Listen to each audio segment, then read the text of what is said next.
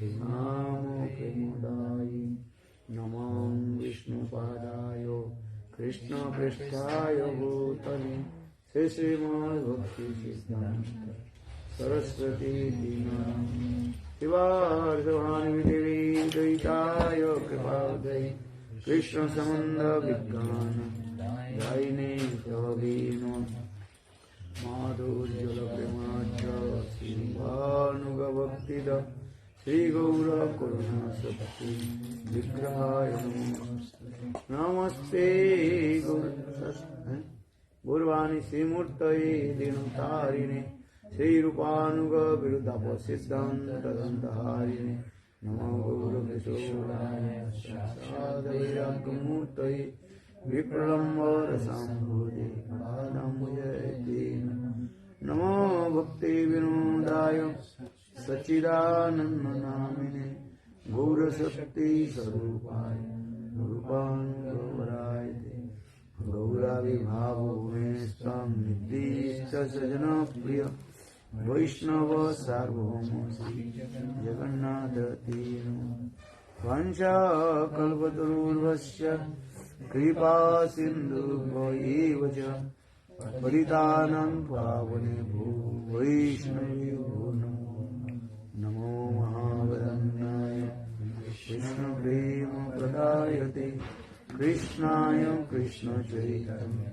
Namni Gaudarasinam He Krishna Karuna Sindhu Dinabandhu Jagatpate Gopesha Gopakanta Radha Kanta Namastute Satkanchana Gaurangi Radhe Vrindavaneshwari Vishamanusute Devi Pranamami Hari Jayatam Saraturpango Mamanda Mate Gati Matsarvasya Padamayu Sri Radha Madanu Digodanarayan Kalvadama Simadratnagara Simhastanastu Shri Radha Siladhavadeva Prishtadigo Sepaman Smarami Anara Sarsarambi Vamsi Vadatarastita Karsana Venu Samego Gopina Sistu Om Vrindavi Tulasi Devai Priya Vai Kesavasya Krishna Bhakti Pradevi Sattavati Vihina Aparadha Lakshay Kiptasya Kamadi Tarangamadai Kripamai Tvam Saranam Prapanna Brinde Musti Charanaravinda Shri Krishna Chaitanya Prabhu Nityananda Shri Advaita Gadadhar Sivasadi Shri Gaura Bhaktavinda Hare Krishna Krishna Krishna Hare Hare Hare Rama Ram Rama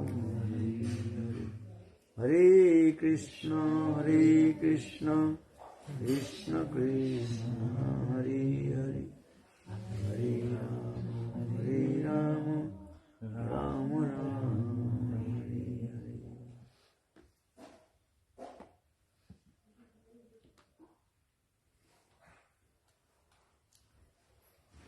Hare Krishna hoite chau मृदंग नहीं है करताल भी नहीं कुछ नहीं है वो है नहीं हारमोनियम हारमोनियम हारमोनियम बजाने वाले एक होनी चाहिए आप सीखा कि नहीं और इनको बोलते बोलते ही हार गए ये सीखता नहीं महापुरुष हारमोनियम में रुचि नहीं होगा जिसके जिसमें रुचि है वो करते हैं ना आपकी किसमें रुचि है मैं करता बोलता But I don't have some skills. It's very hard for me. With Krishna Kripa Prabhu's brother, his older brother, his teacher. Krishna Kripa Prabhu from Brazil. He has an older brother from ISKCON, from half brother. Anyway, his And he's a musician also. Mridanga, karta, everything he teaches. Harmonium. Krishna hoite chaturmukha, Hare Krishna seva mukha, Brahma hoite narade ramati, Narada hoite vesa, Madhakari vesa dasa, Purna Braga Padmana Bhagati, Niyari Madhava Vanse, Ashogya Paramahanse, Shishabari Angikara Kore, Akshobhya Shishaya, Tirthaname Parichaya, Taro Dase Gana Sindhutare, Tavrite Doya Nidhi, Taro Dasa Vinganidhi, Rajendra Hoino Hoite, Taharati Parajaya, Dharmanane Parijaya, Parampara Jana Balamote, Jaya Dharma Dase Kati, Shri Purushottama Jati, Tahahuri Brahmavira Saruri, Vyasati Tatara Dasa, Lakshmi Pati Dasa Dasa, Tahahuri Madhavendra Puri, Hare Madhavendra Puri, Hare Shisha Hare Shisha, Nityananda Shriya Venkari, Vishwara Puri Kiranya Kaurana Sankirtanya, Jagaguru Gora Mahakava, Mahaprabhu Shri Chaitanya Radha Krishna Rupanuga Gade Shankara Priyankara Sisa Rupa Damodara Shri Goswami Rupa Sanatana Rupa Priya Mahadana Vivara Gunata Madhar Priya Kavi Krishna Dasa Krishna Rasa Priya Vara Narotama Seva Jharpada Vishwanata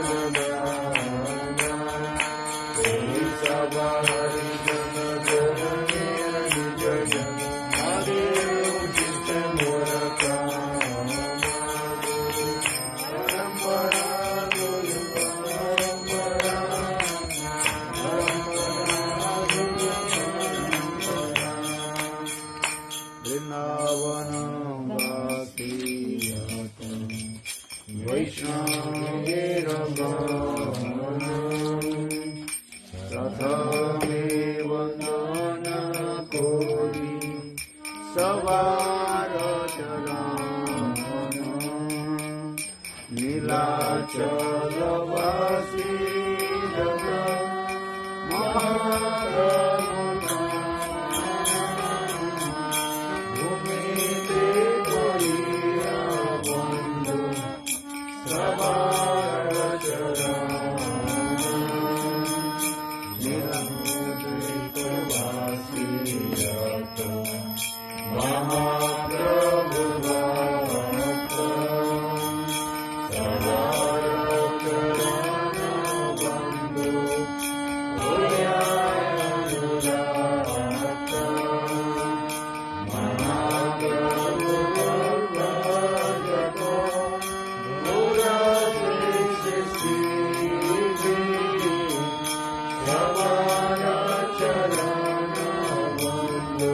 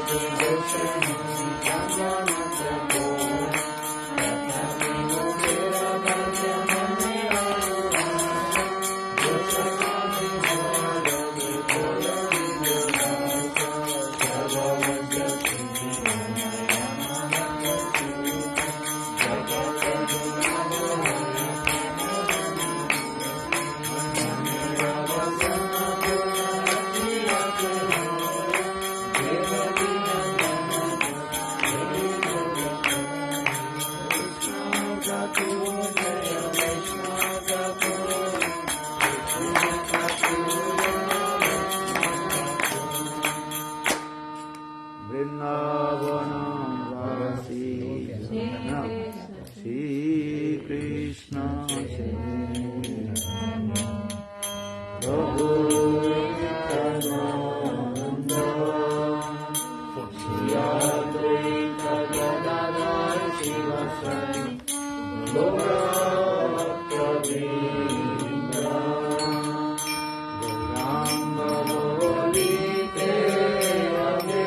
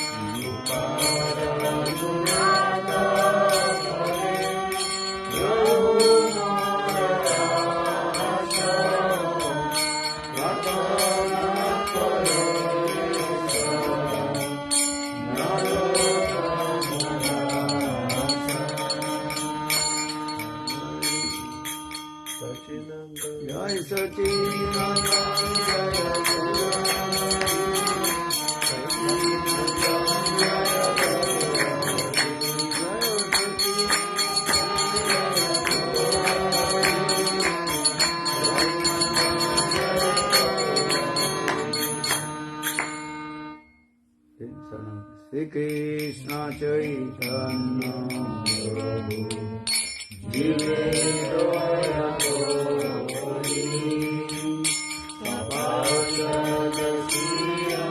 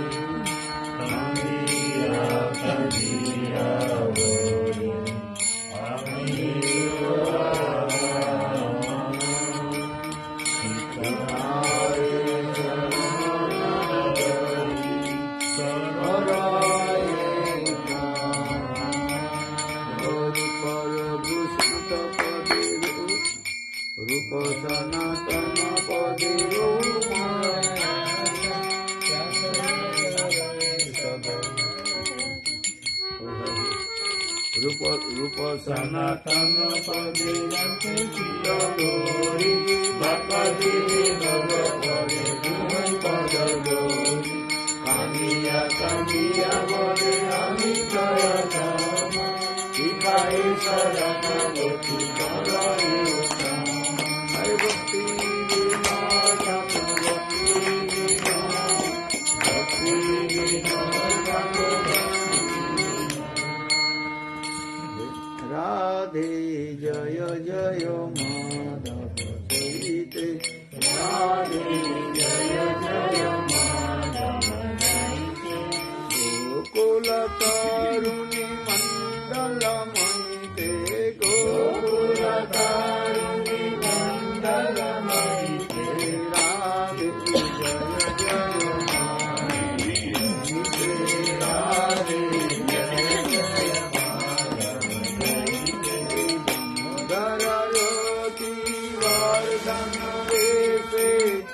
हरिणी सुतलिंगा विपिने दामोदरवती वंदन वेशे हरिणी सुतलिंगा विपिने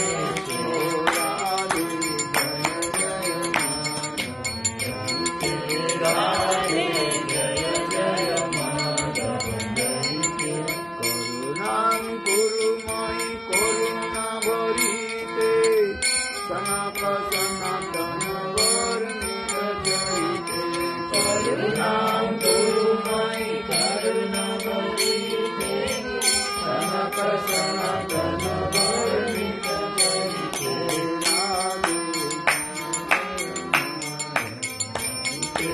राधे जय जय माधव जयते राधे जय जय माधव जयते करुणां गुरुमयि करुणा भरिते सनातन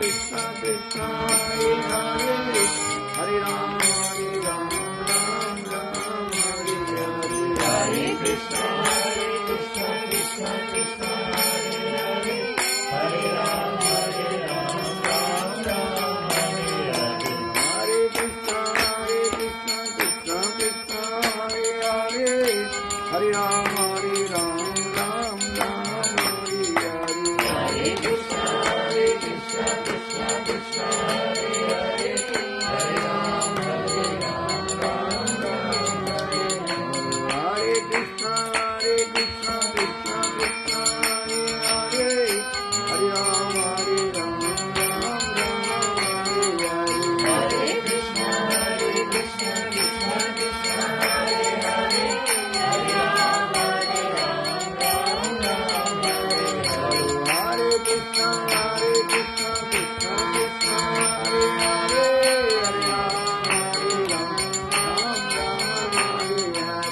Hare Krishna Krishna Krishna Hare Hare Hare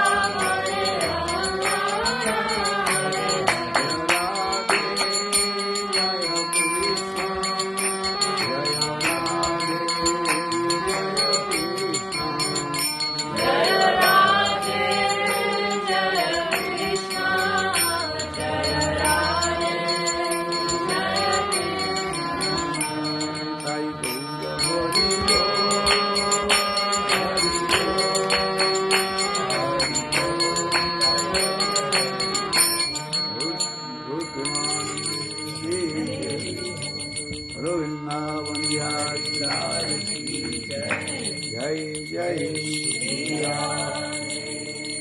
जय जय श्री राम। आपके साथ वो गुरुदेव का बेनु गीत है कौन सा? हैं?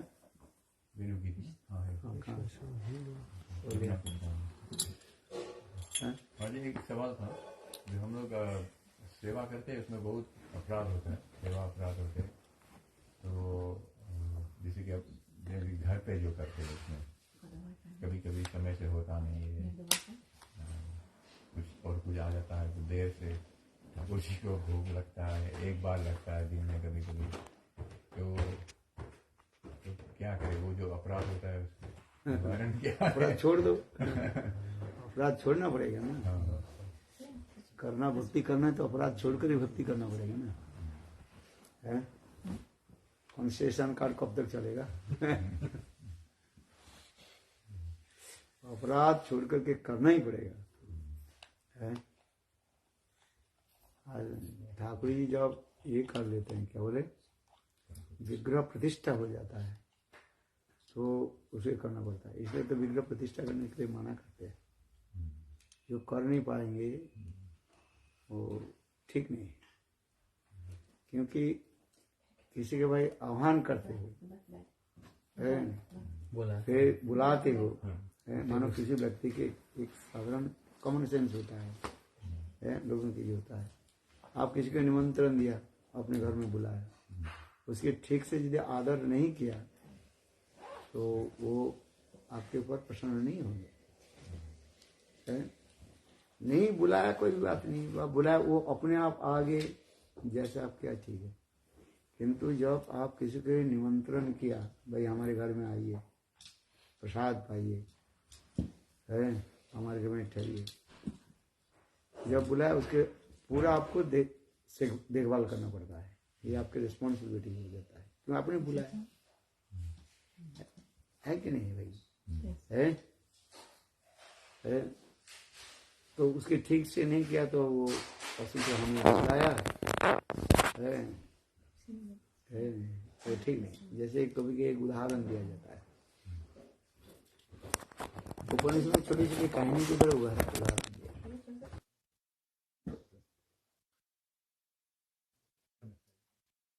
एक अरे इंग्लिश में बोलते बोलते थक गया था, इंग्लिश में बोलता रहा था, 2-4 के लिए इंग्लिश से बोलता रहता हूँ। ये सब इंग्लिश समझते हैं, ये हिंदी भी समझ जाते हैं। हिंदी में बोलने में जो सरस आता है हिंदी में, इंग्लिश में वो सरस नहीं आता, पता है, फ्लुएंसी हो जाता है। तो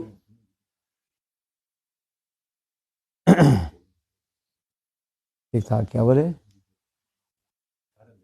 हाँ, एक सियार था। सियार समझते हो? जैकल। जैकल बहुत चालाक है। वो सोचता है मैं चालाक हूँ।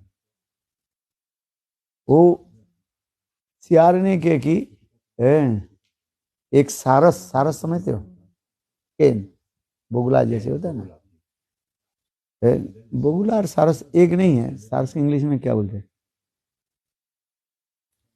चलो केन, केन बोलते हैं ना। अच्छा, अलग होता है। बड़ा बड़ा तो नहीं था, ये बड़ा बड़ा होता है। हैं? क्या बोलते हैं? पेंडिकन। वो बड़ा बड़ा होता है ना, उसके चोंच बड़ा लंबा होता है, और बहुत बड़ा बड़ा होता है। आप चुपचाप रहो, ज्यादा बात करते हैं। तो दोनों सारस, सारस ही समझो उसको, सारस है। क्या बोला? सारस, सारस संस्कृत शब्द है। है? तो वो सारस के बुलाया, बोले हमारे घर में आओ। है? और जकल ने बुलाया। है? तो उनको उनके मन में ये था, है, बुलाया तो उनको, है, किंतु उसके मन में था इसको मैं, है, नहीं नहीं, इसको मैंने इंसल्ट करूंगा। किसको? इंसल्ट करने के, मैंने अपमान करने के लिए बुलाया गया। Jackal invited, A jackal invite and crane, and सारस को बुलाया। सारस आए। तो क्या बोले, सियार ने ये बनाया, पायस बनाया। पायस समझते हो? मैंने स्वीट राइस है।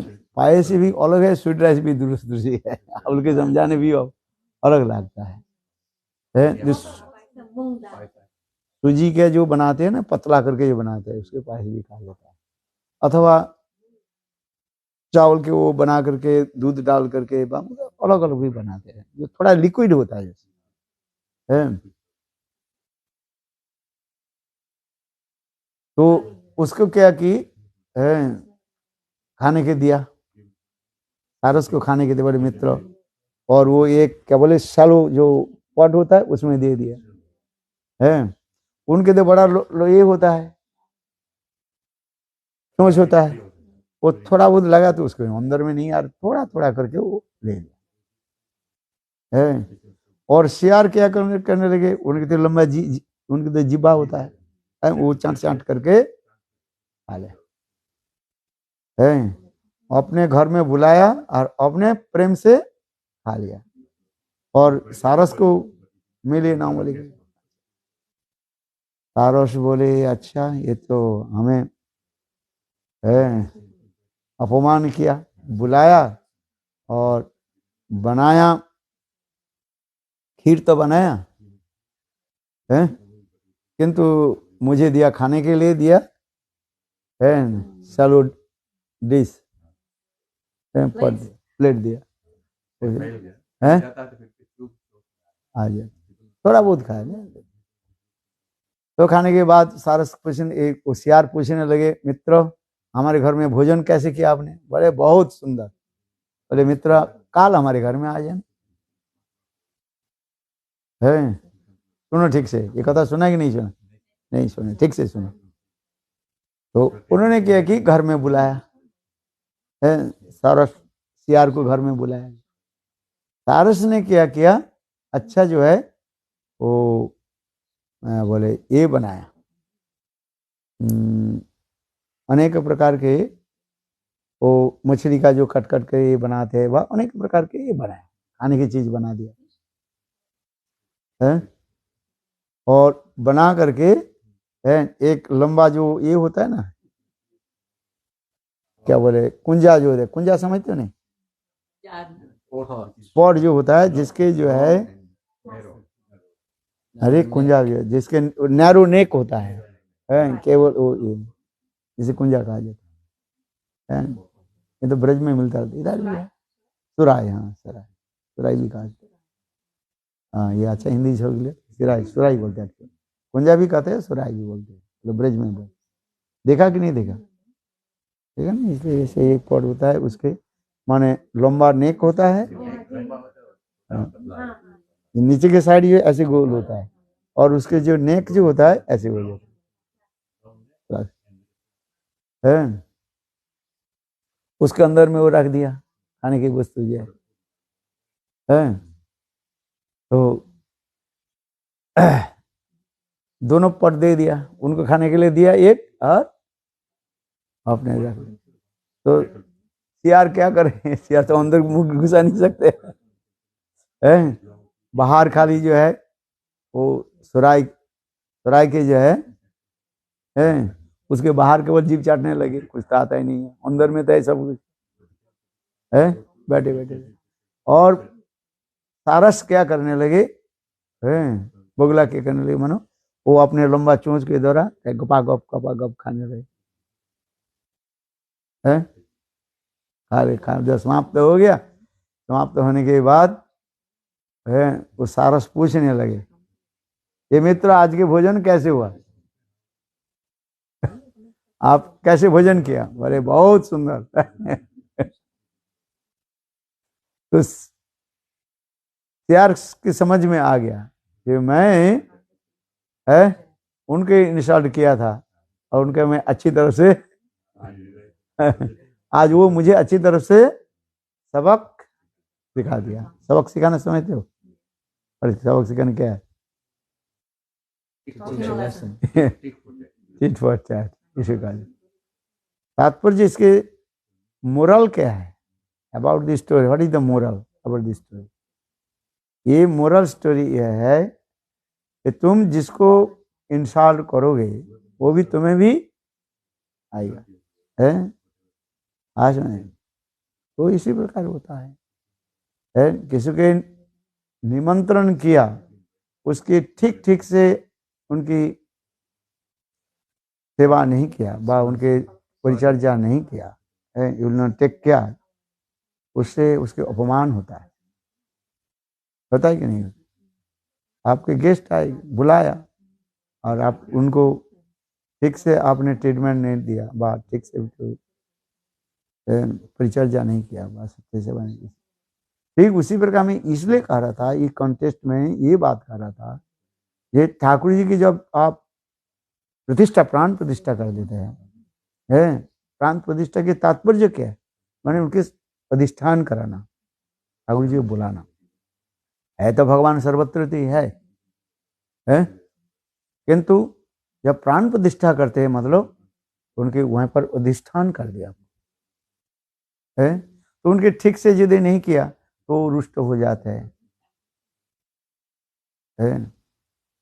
If you install it to Thakur ji, you have to take care. Otherwise, this is offense of Radha. विग्रह सेवा मीन्स दिस है, विग्रह देख करके आग्रह होता है, फिर बन जाता है क्या? गलग्रह बन जाता है। गलग्रह समझते हो?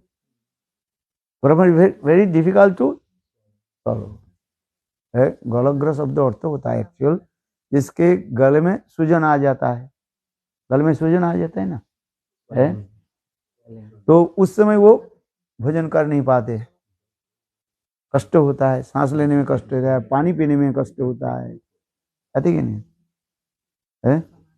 इसलिए उसी प्रकार कहते हैं, विग्रह देख करके तो हमारा आग्रह हो जाता है, ये मैं भी ठाकुर जी की सेवा करूं, ठीक है सेवा करो, है किंतु जब प्रतिष्ठा कर देते हैं, प्राण प्रतिष्ठा होता है विग्रह, उसके ठीक ठीक से आपको सेवा करना, नहीं तो उस अपमान हो जाता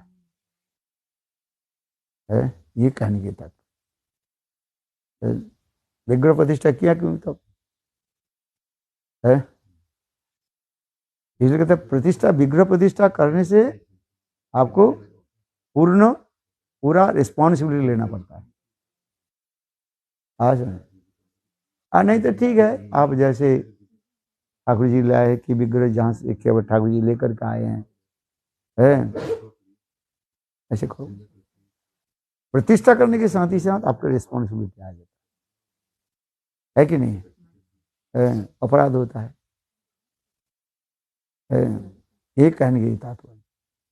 इसलिए विग्रह पूजा करना बहुत कठिन होता है। हाँ समझे, ये अपराध इसलिए कहते नहीं, हमें विग्रह की प्रतिष्ठा करना है। ठीक है, प्रतिष्ठा करो, तो हम पहले कहा दिए थे विग्रह यदि प्रतिष्ठा करना चाहते हो करो, किंतु उसके पूरा रिस्पॉन्सिबिलिटी लेना पड़ेगा। है पुत्र संतान को जन्म दिया तो उसको आपको क्या करना पड़ेगा? पालन पोषण करना पड़ेगा कि नहीं? है पालन पोषण करना पड़ेगा। है तो उसी प्रकार जो है भगवान को जब बुलाया तो उसके ठीक से करना, परिचर्या करना पड़ेगा। इसलिए अर्चन दीपिका अर्चन आदि दिया गया, ठीक ठीक से अर्चन करना पड़ेगा। नहीं तो कोई बात।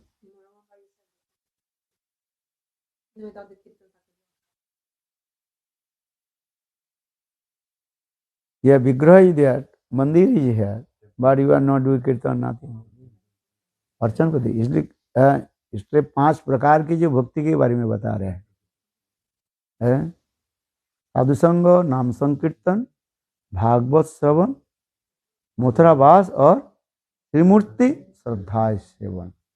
विग्रह के जो है ये जो श्रीमूर्ति श्रद्धा सेवन, विग्रह के जो है श्रद्धा के साथ सेवन करना चाहिए और रोज करना पड़ेगा। है विग्रह सेवा है। बहुत लोग देखते हैं चले जाते हैं, वृंदावन जाते हैं, गिरिराज गोवर्धन जाते हैं और केवल शिला के उठा कर करते। गुरुदेव बहुत गुस्सा होते, गुरुदेव हर्षण करते, देखो यदि जितना शिला ले उतना स्वर्ण दान करो, तब तुम्हें पता चलेगा गिरिराज ले जाना कैसे। नहीं तो सब लोग एक उठा करके ले जाएंगे और उस दिन रख करके फिर वो घर में जैसे पत्थर है ऐसे रख देंगे। इसलिए गुरुदेव माना करते थे गिरिराज गोवर्धन की सेवा करना है, सेवा ठीक से करना पड़ेगा। आज लोग बहुत सालग्राम शिला लेकर के आते हैं लोग दिखाने के लिए, क्या ये ठीक नहीं होता है, अपराधी होते हैं सब। लोग के दिखाते हैं हमारे पास 40-50 सालग्राम शिला है, सालग्राम शिला को हर रोज सेवा करो। आज समझे, ये सब जितने भी लोग होता है ना सब अपराधी बनता है। ठीक से नहीं सेवा करो अपराध बनता है। हर रोज सालग्राम शिला के अभिषेक करना पड़ेगा। गंगा जल पंचामृत की तरह सेवा करना पड़ेगा। इसलिए पहले कहा जाता है ब्राह्मण छोड़ के किसी के पहले वो सालग्राम शिला के अधिकार देते नहीं थे। हम लोग के वैष्णव संप्रदाय में अधिकार दे दिया, ठीक है, किंतु ब्राह्मण से वैष्णव श्रेष्ठ है, ये बात सही है। ब्राह्मणानंद सस्व सत्वजाति विशिष्ट, इस श्लोक में भी कह रहे हैं वैष्णव श्रेष्ठ है, एकांतिकी जो है वैष्णव जो श्रेष्ठ कार्य है, किंतु सेवा नहीं करें तो कैसे होगा आप बताओ। बात ऐसे ही कि नहीं। उपवीत दिया गया, किस लिए उपवीत दिया गया? गायत्री मंत्र जप करने के लिए। लिसन और not, why are you giving to secretary? Why did you take? उपवीत इसलिए दिया जाता है उसके गायत्री मंत्र जप करने के लिए, और वो उपवीत प्राप्ति किया और गायत्री मंत्र जप नहीं करता है, ये अपराध बनता है। है कि नहीं?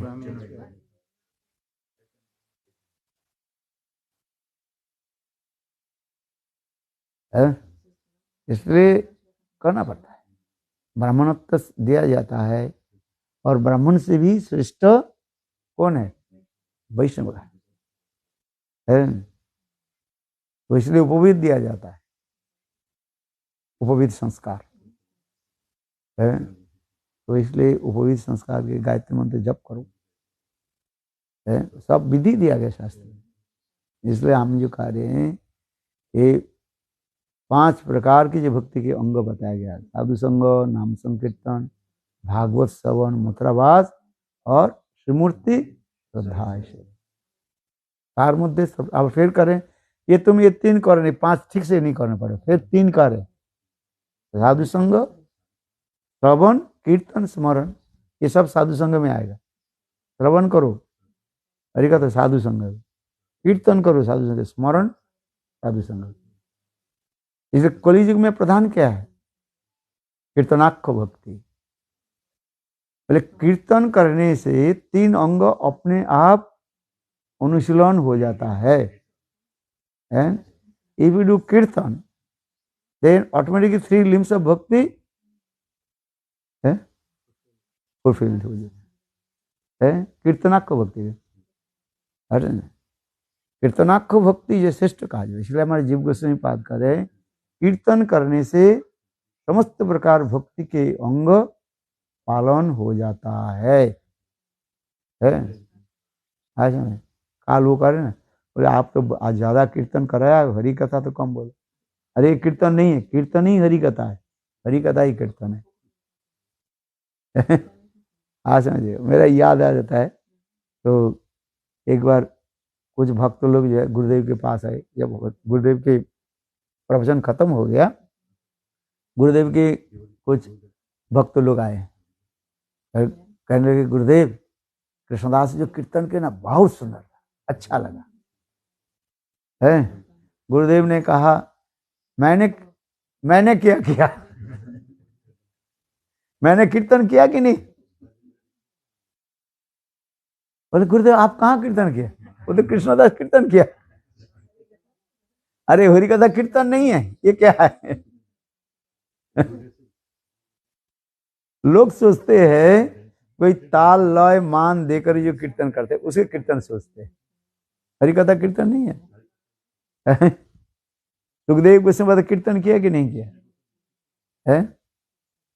आशा पुष्ट स्पंदन मात्रम कीर्तन, पुष्ट स्पंदन होने से ही उसके कीर्तन कहा जाता है। पुष्ट स्पंदन मात्रम इति कीर्तनम, एक कीर्तन होता है और एक संकीर्तन होता है। सर्वे मिलित्वा कीर्तनम इति संकीर्तनम, जैसे हम लोग एक साथ में मिलकर के जो कर रहे हैं इसे कहा जाता है संकीर्तन, और अकेला जो बोलते हैं उसे कीर्तन होता है। समझे? तो ये समझते विचार है, इसलिए कहते हैं कीर्तन करने से समस्त भक्ति के समस्त अंग ये हो जाता है, मन पूर्ण हो जाता है। ये कहता है नाम संकीर्तन है, कीर्तनाक्ष भक्ति। इसलिए जीव गोस्वामी पाद लिखते हैं जदु प्राप्ति तो कलु है संकीर्तन। कली युग में जो है कीर्तनाक्ष भक्ति के सिस्टम बनाई। आज आप जैसे आप हरि कथा बोलो, कीर्तन करें ना, है आप बोल रहे हो, ये कीर्तन हो गया है। आप जब बोलोगे तो आपके स्मरण करना पड़ना था, या मैं क्या बोलूंगा है, उसे क्या हो जाता है, स्मरण हो जाता है। और श्रवण के और क्या हो जाता है उसमें, श्रवण अपने जो बोल रहे उसे सुन रहे। देखो कीर्तन में 3 अंग अपने आप है पूर्ण हो जाता है। इसलिए जीव गोस्वामी पाद संदर्भ में लिख रहे हैं कलियुग में कीर्तनम, कीर्तनाक्ष भक्ति की विशिष्ट बनाए है। कीर्तनाक्ष भक्ति, कीर्तनाक्ष भक्ति के द्वारा है। इसलिए कहते हैं चैतन्य चैतामृत में लिखा है नाम संकीर्तन है भक्ति सर्व अंग पूर्ण है। हरे कृष्ण कृष्ण कृष्ण हरे हरे, हरे राम राम राम हरे हरे। एक हो जाएगा। है? क्या बोला?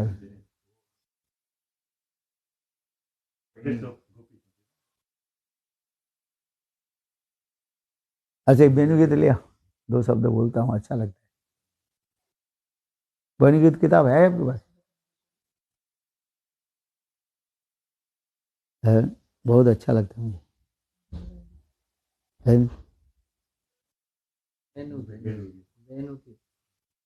गुरुदेव गुरुदेव वाला छोटा वो बेनु गीत है, एक वो है ना, वो लिया है आपके पास?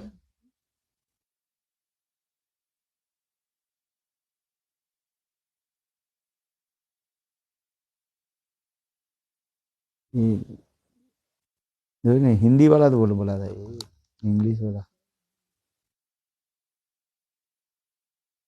ये गुरुदेव की हैंड राइटिंग है, ये स्वामी वीवी नारायण लिखा है।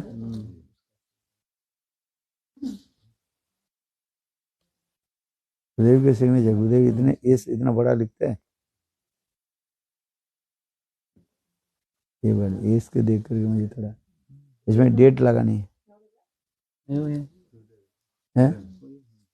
हिंदी वाला नहीं है, क्या पढ़ते हो?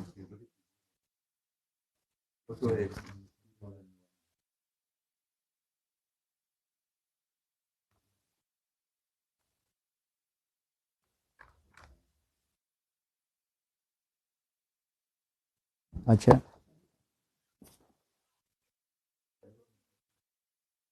ना ना, भ्रमर के जो मैं बता रहा हूँ वो हिंदी, श्रीमद गुरुदेव का जो था वो क्या बोले, भागवती हो बेनुगीत ना।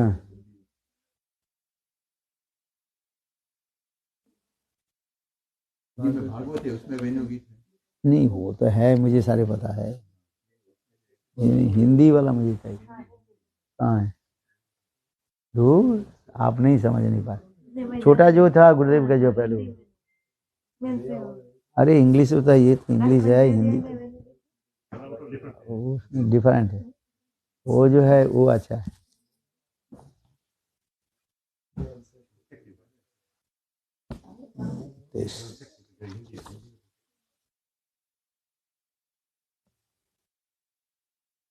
उसमें है सरस, सरस है ना, बहुत अच्छा लगे।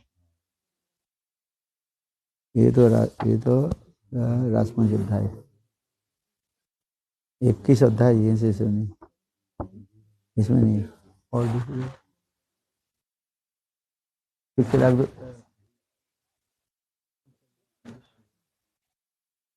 अच्छा चलो।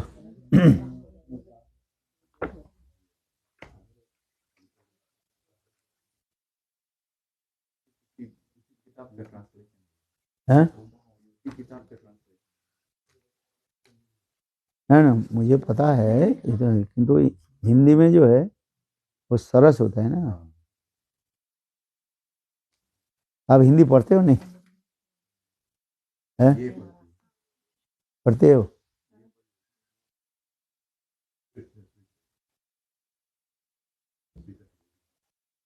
ये पहले ही किया था, फिर ये इसको ठीक नहीं लगा, फिर इसलिए ये किया था। हाँ?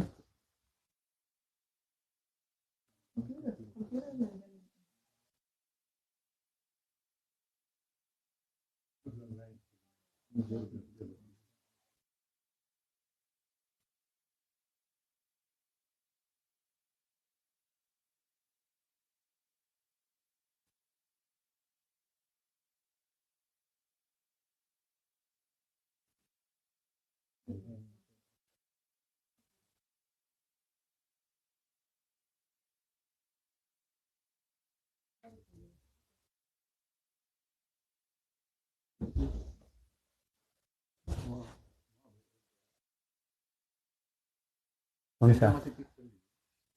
सा हिंदी वाला?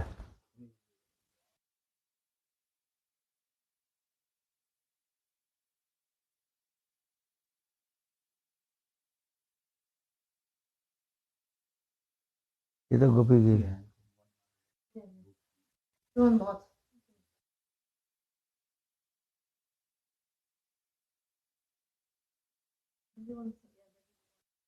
ये गोपी गीत पे है।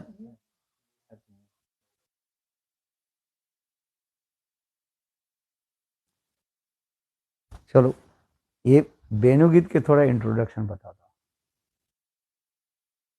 ये वेणु कहाँ से उत्पन्न हुई है? लक्ष्मी देवी बहुत कठोर तपस्या की। एक्चुअल होते गए लक्ष्मी एंड सरस्वती, लक्ष्मी और सरस्वती दोनों बहन माना जाता है। विभिन्न पुराण में उपाख्यान दिया गया है। तो एक समय की बात है, लक्ष्मी देवी के संग भगवान ने अपने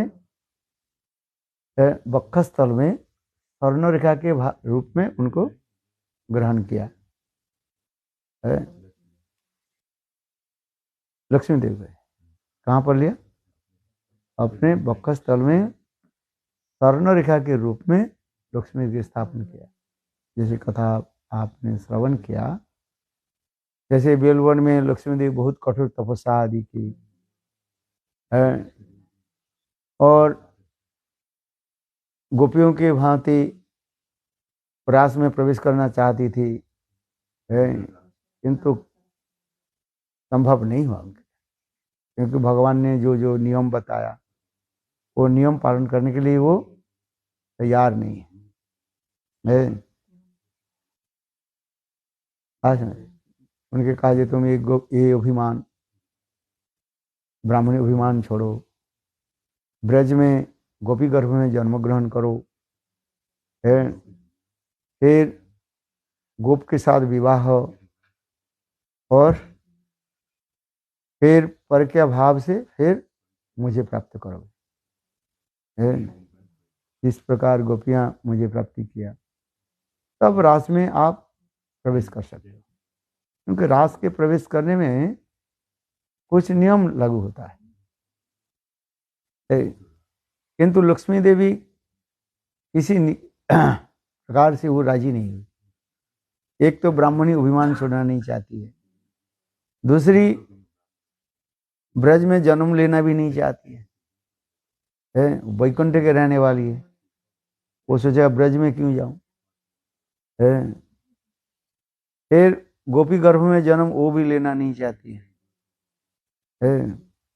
गोप के साथ विवाह भी करना नहीं चाहती, किंतु अपने निष्ठा वो रख रही है किसमें? नारायण में। और फिर बोले, आज भगवान ने भी बोला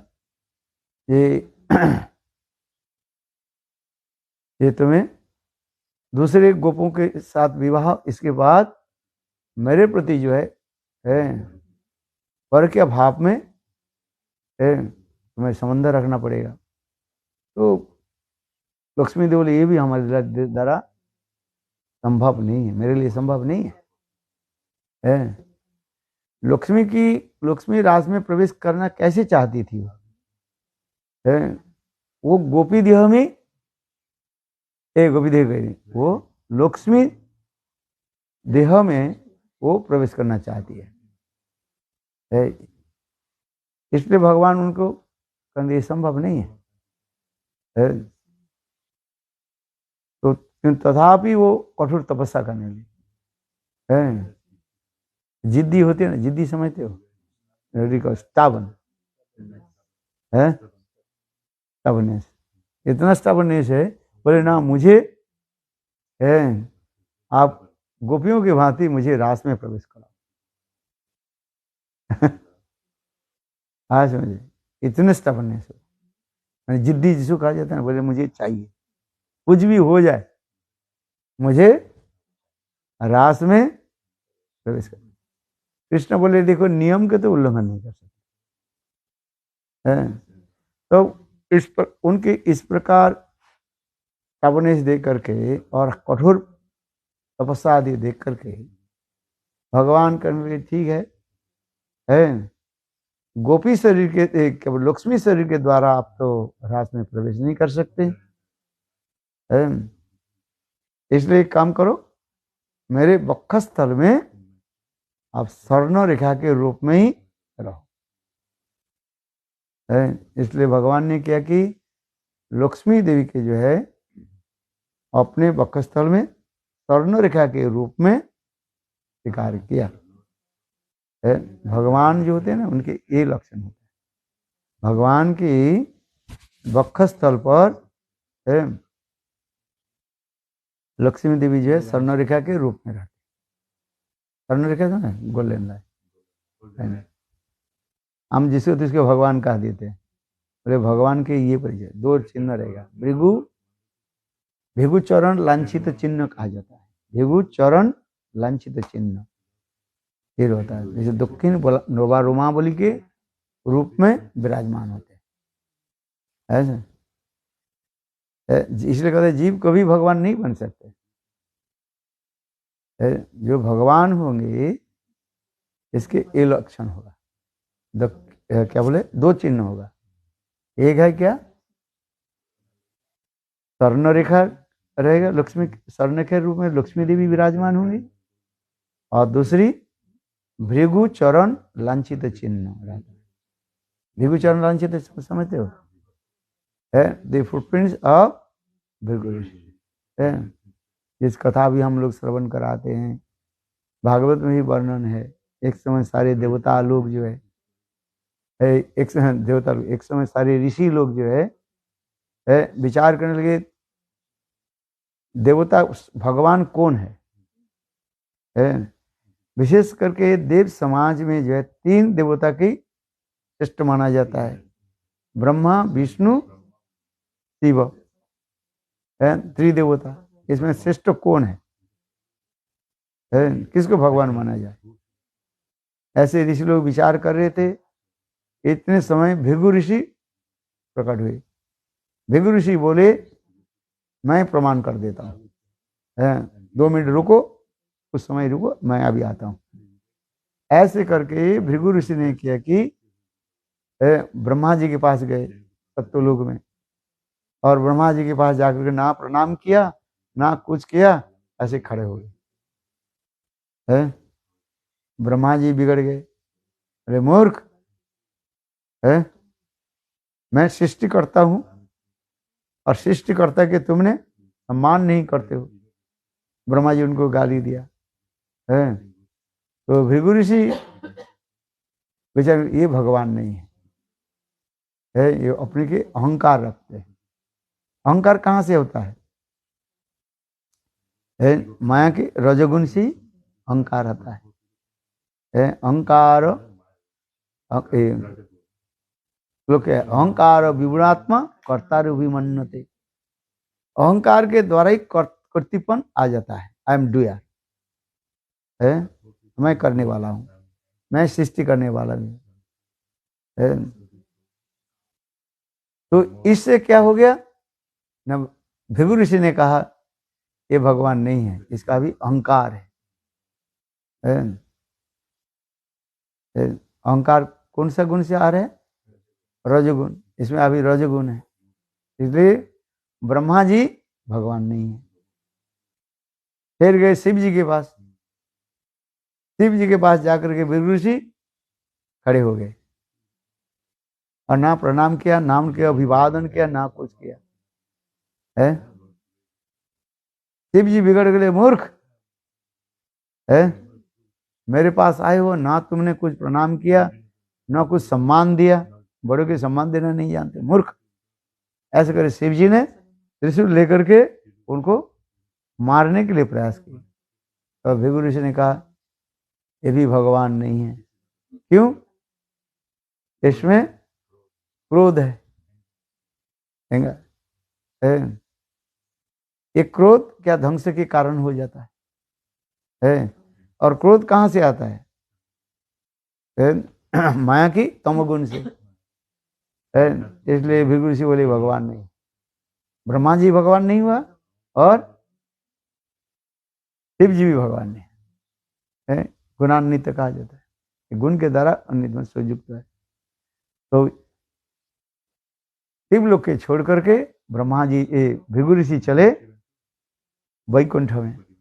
उस समय स्वयं भगवान विष्णु लक्ष्मी के साथ विराजमान थे, और स्वयं लक्ष्मी देवी भगवान कि जो है चरण को जो है वो कर रहे थे, मसाज कर रहे थे, मर्दन कर चरण सेवा कर रहे थे। लक्ष्मी दी पाद सेवन, लक्ष्मी दी सेवा कर रही थी। और भृगु ऋषि जाकर के न कुछ दरवाजा खटखटाया, न कुछ दरवाजा खोल करके और अंदर जा करके और भगवान के वक्षस्थल पर लात से जमाया, पैर जमा दिए, भगवान की छत्ती पर पैर जमा दिए। आज तक किसी ने कर नहीं सके। देखो तो भगवान चौंक उठे। अरे अकस्मात कौन आकर के मुझे छत्ती पर पैर जमाया। देखा भृगु ऋषि, तो भगवान उस समय कहने लगे, भृगु मेरे हृदय तो पत्थर के भांति है और तुम्हारे पैर ना जाने कितने सुंदर कोमल है, जो तुम्हारे पैर में चोट आए है। इसलिए भगवान कहना तुम्हारे पैर को मैं सेवा कर दे। देखो इस कथा को सुन करके भृगु ऋषि ने तब उन्होंने ये किया, ये स्वयं भगवान विष्णु ही भगवान है, क्यों ये सत्व रजो तमोगुण की अतीत कहा जाता है। इसलिए साहब भागवत में लिख रहे हैं, हरि ही निर्गुणो साक्षात पुरुष प्रकृति परः। ये भगवत धाम व श्री हरि जो है ये सत्व रजो तमोगुण के अतीत कहा जाता है। अच्छा, गुणातीत भगवान को क्या कहा जाता है? गुणा अतीत गुणातीत। जिसे हरि ही निर्गुण साक्षात पुरुष प्रकृति है। ऐसे यही लीला को स्मरण करने के लिए स्वयं भगवान भृगु ऋषि के चरण के जो है अपने वक्षस्थल पर स्थापन किया, जिसे कहते हैं दक्षिण रोमावली के भांति रहते हैं। दक्षिण रोमावली समझ में आया कि नहीं? वक्षस्थल पर जो क्या बोले रोमावली होता है वो दक्षिण आवर्त होता है। इसलिए भगवान की वक्षस्थल पर जो है भृगु के लांछित चरण चिन्ह रहता है, वो दक्षिण रोमावली के भांति है। वो समझते आप नहीं, समझ में नहीं आया। रोमावली बने उसमें रहता है, दक्षिण रोमावली के रूप में रहते हैं। इसलिए जो भगवान होंगे ये दो चिन्ह उनके रहे, जीव मात्र में नहीं हो नहीं सकता है। इसलिए भगवान, इसलिए चलो हम जो कथा प्रसंग करते हैं तो लक्ष्मी देवी के भगवान किस रूप में लिया है? स्वर्ण रेखा के रूप में रखा है।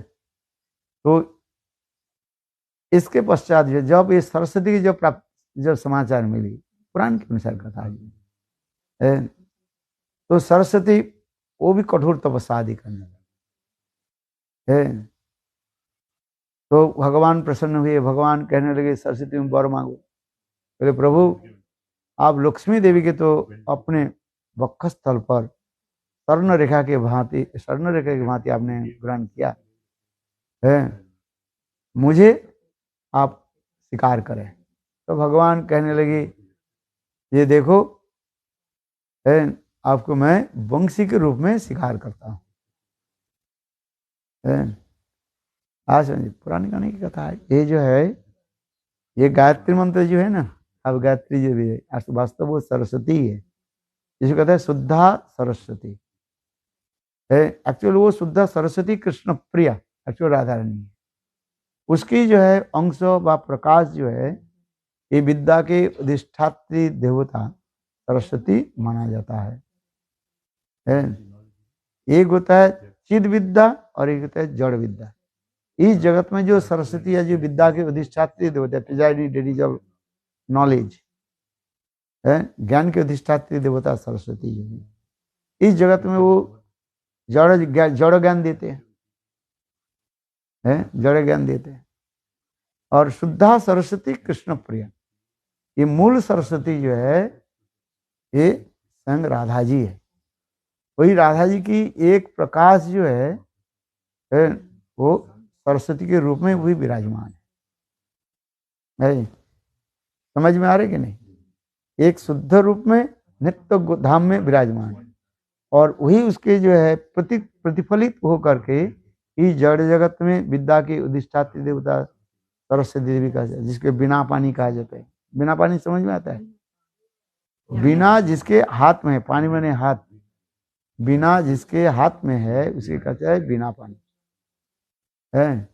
आसन देवी और ये भूल गए, ये सरस्वती के जो स्तोत्र हम स्कूल में पढ़ते थे ना, करते। हाँ हाँ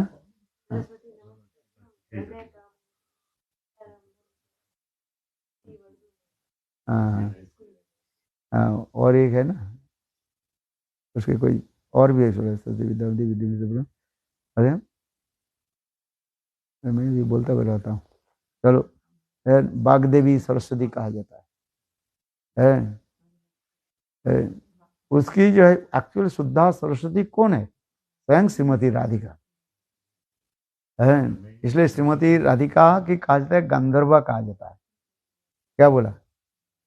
गंधर्व अच्छा, समस्त गंधर्व विद्या जो है सारे गंधर्व विद्या माने नित्य गीत वाद्य आदि की त्वजिक कहा जाता है। क्या बोला? त्वजिक, याद रखना। त्वजिक शब्द के अर्थ होता है नित्य गीत और वाद्य में जो संपूर्ण रूप में दक्ष होता है, who is expert in the three knowledge and playing in different kinds of instruments, or very expert to singing and all kinds of rhythm, and is very expert to dancing. तो इसके ये तीनों के एक साथ होने पर उसके त्वजिक कहा जाता है। क्या बोला? त्वजिक। ये जो है इसलिए श्रीमती राधिका जो है मूल कहा जाता है। इसलिए हम लोग हर रोज क्या जय देते हैं? श्री गुरु गौरांग गंधर्विका। ये गंधर्विका कौन है? श्रीमती राधिका है। उनकी सामान्य रूप में प्रतिफली हो करके स्वर्ग आदि व उनके नीचे लोग गंधर्व लोक में आ जाता है। वो भी विकृत रूप में आता है। गंधर्व लोग जो है वो लोग विद्या आदि है। चलो, उसी गंधर्व लोक की जो अधिष्ठात्री देवी जो है उसकी सरस्वती माना जाता है। किंतु मूल सरस्वती कौन है? मूल सरस्वती कृष्ण प्रिया राधिका है। उनकी विकृत प्रतिफलन के रूप में जो गंधर्व लोक माना जाता है, स्वर्गलोक के पास ही गंधर्व लोक कहा जाता है, जहां पर गंधर्व लोग रहते। गंधर्व जो लोग नित्य गीत वाद्य आदि में जो है सुनिपुण होता है, निपुण होता है, जैसे एक्सपर्ट है। इस और उसी की अधिष्ठात्री देवता कहा जाता है सरस्वती देवी, बाग देवी कहा जाता है। तो ये बाग देवी व सरस्वती जो है उसे यही सरस्वती देवी जो है उन्होंने कठोर तपस्या आदि करने लगे। तो कठोर तपस्या करने के बाद भगवान के पास कहने लगे, ये लक्ष्मी देवी की तो आपने स्वर्ण रेखा की भांति अपने वक्षस्थल पर रखा, अब मुझे भी आप ग्रहण करें। तो भगवान कहने लगे, जब आपको मैं वेणु के रूप में मैं स्वीकार करता हूँ। एक्चुअल ये वेणु और कोई नहीं, वही सरस्वती जो है वेणु के रूप में ही प्रकट हुई है। और एक्चुअल वो वेणु है और कोई नहीं है, वो स्वयं राधा जी ही एक स्वरूप में वेणु के रूप में प्रकट हुए। ये पुराण कथा का ये और कोई नहीं है, स्वयं राधा जी ही है वेणु के रूप में प्रकट हुए। किंतु राधा जी की तात्पर्य क्या है? सर्ववांछा पूर्ति करे आराधने, अतएव राधिका नाम पुराने बखाने। राधा नाम किस लिए कहा गया राधा नाम इसलिए कहा गया, ये कृष्ण के समस्त प्रकार की इच्छा के जो है पूरा करती है। कृष्ण जो चाहते हैं, वेणु के रूप में देखो, स्वयं राधा जी आ गई, वेणु के रूप में आई राधा जी, आ जाए लक्ष्मी के रूप में वैकुंठ में विराजमान होती है। विशेष करके राधा जी के त्रिविध प्रकाश कार्य ब्रज में गोपियों के रूप में, और द्वारिका में महिषी के रूप में, और वैकुंठ में लक्ष्मी के रूप में राधा जी प्रकाशित है। और कृष्ण की सेवा के लिए संग राधा जी है एक स्वरूप में, ये वेणु के रूप में प्रकट। ये वेणु और कोई नहीं है, संग राधा जी है। हाँ समझे। वेणु गीत में कथा प्रसंग आ रहे हैं, तो गोपियां दीनहीन होकर कर गए, ये वेणु तुम्हारे सौभाग्य कैसे उत्पन्न हुई? तुम सदा सर्वदा हमारे प्राण कांत तो गोविंद की अधरामृत के पान करते रहते हो। तो वेणु उत्तर देते हैं, देखो मेरा जन्म के इतिहास सुनो। वेणु कहते हैं ये मेरा जन्म जो है वृंदावन में जमुना के तट पर मेरा जन्म हुआ। किसके रूप में? बांस के रूप में। और मेरे सौभाग्य होता बांस के रूप में, किंतु तुम्हारी यानी गोपियों की चरण धूलि और चरण रज के द्वारा ही मैं पुष्ट हूं। समझ में आ रहे? वेणु कह रहे हैं मेरा पुष्ट कहां से हुई? पुष्ट समझते कि नहीं? नरिश्मेंट है। गोपियों के चरण रेणु और गोपियों की चरण धूत जल मैंने पान किया है, क्योंकि जमुना की जब गोपियां स्नान करती है कहाँ पर? जमुना में। और उसमें गोपियों की चरण रज चरण धूलि, वो बांस जो है अपने इसके द्वारा, क्या बोले, रूट के द्वारा, जड़ के द्वारा वही तो पान करते हैं। तो गोपियां वेणु भी कह रही है मेरे जन्म देखो गोपियों के चरण रज के द्वारा। तात्पर्य क्या है? एक स्वरूप में यही कहा जाता है, गोपियों के चरण रेणु और गोपियों की चरण धूत जल के द्वारा ही पुष्ट होता है। एक तो कहा स्वयं भगवान ने वो सरस्वती को वेणु के रूप में स्वीकार किया, वाग्देवी के रूप में वेणु बजाते। कृष्ण जैसे जैसे चाहते हैं वेणु ऐसे ऐसे स्वर को निकाल देते हैं। एक्चुअली वो वेणु कोई नहीं, स्वयं राधा जी है, गंधर्विका, गंधर्विका। कृष्ण की इच्छा होती है कि आज मैं इस स्वर से वेणु वादन करूं। सर वेणु के बजाने की कई जो है स्वर मिलता है।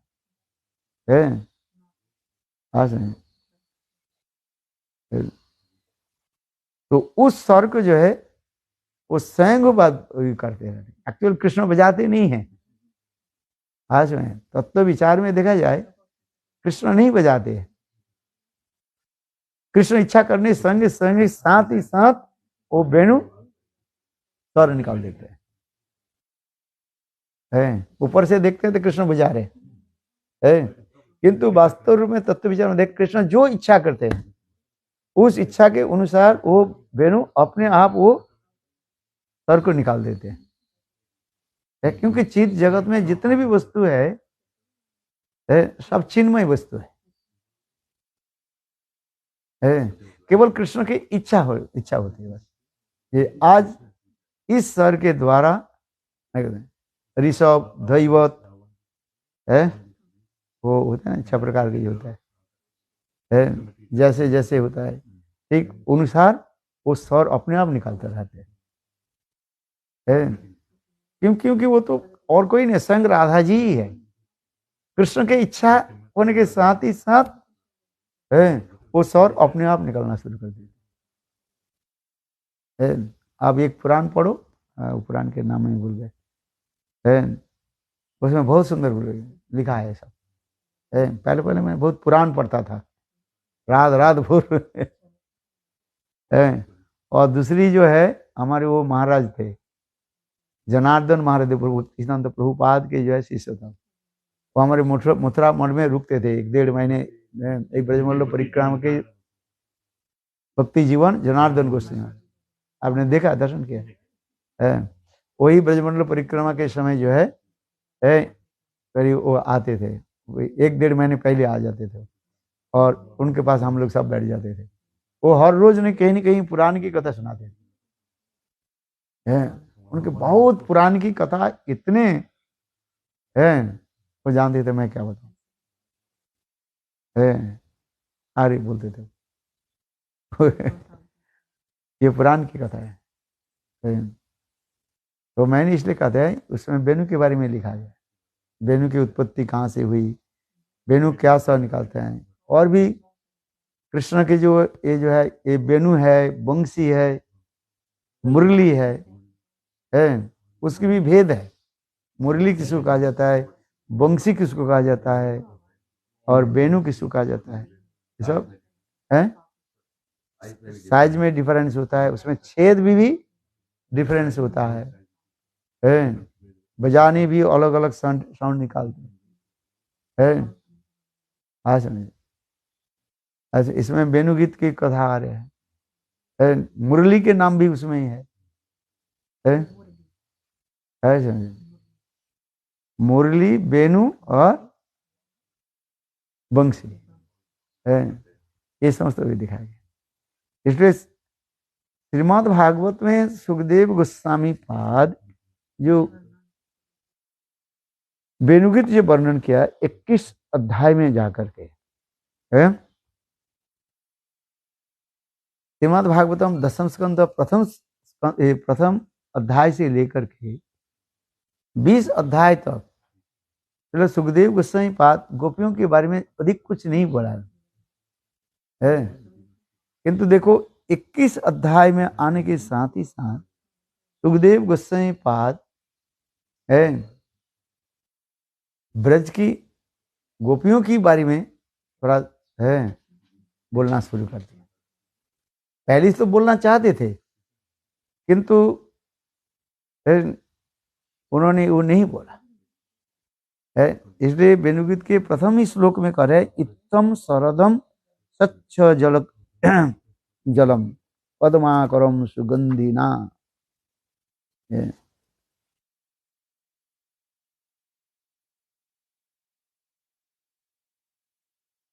बहुत सुंदर है। सुख उवाच श्री सुखदेव गोस्वामी पाद खंडी इत्थं शरद स्वच्छ जलं पद्माकरम सुगंधिना न विशत वायुना बातं सह गोपाल को अच्युत।